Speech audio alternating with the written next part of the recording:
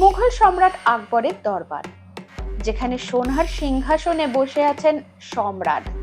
চারপাশে রত্নখচিত দেওয়াল, সুবাসিত আতর আর গম্ভীর পরিবেশ। কিন্তু আজ দরবারে এক অদ্ভুত পরিস্থিতি। তানসেনকে গাইতে হবে এমন এক রাগ যার সুরে জ্বলে ওঠে আগুন।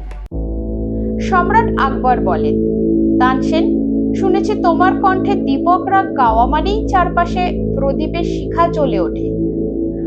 আজ আমি সেই অলৌকিকতা নিজের চোখে দেখতে চাই। তানসেন বলে, হুজুর, দীপক রাগের শক্তি ভয়ঙ্কর। আগুন জ্বালাবে বটে, কিন্তু সেই আগুন আমাকে পুড়িয়েও দিতে পারে। সম্রাট বলেন, আমি আদেশ করছি, শুরু করো তুমি। তানসেনের সুরে যেন আগুনের দেবতা নেমে এলেন। প্রদীপের শিখা আকাশ ছুঁয়েছে, চারপাশে গরম বাতাস বইছে। কিন্তু সঙ্গে সঙ্গে তানসেনের শরীর আগুনের তাপে কাহিল হয়ে পড়ল। তানসেনের শিষ্যরা আগে থেকেই প্রস্তুত ছিলেন।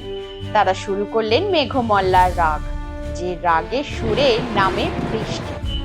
বৃষ্টি পড়ছে আর আগুন নিভছে। তানসেন ধীরে ধীরে উঠে দাঁড়ালেন। সম্রাট আকবর মুগ্ধ। তিনি বুঝলেন, এটাই আসল শিল্প, যা প্রকৃতির মনেও সুর তোলে। ইতিহাস বলুন বা কিংবদন্তি, তানসেনের নাম আজও ভারতের সঙ্গীতের আকাশে উজ্জ্বল নক্ষত্র।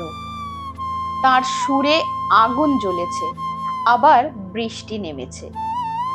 আর প্রমাণ করে গেছে সঙ্গীতের শক্তি মানুষের হৃদয় ছুঁয়ে অলৌকিকতাও আনতে পারে।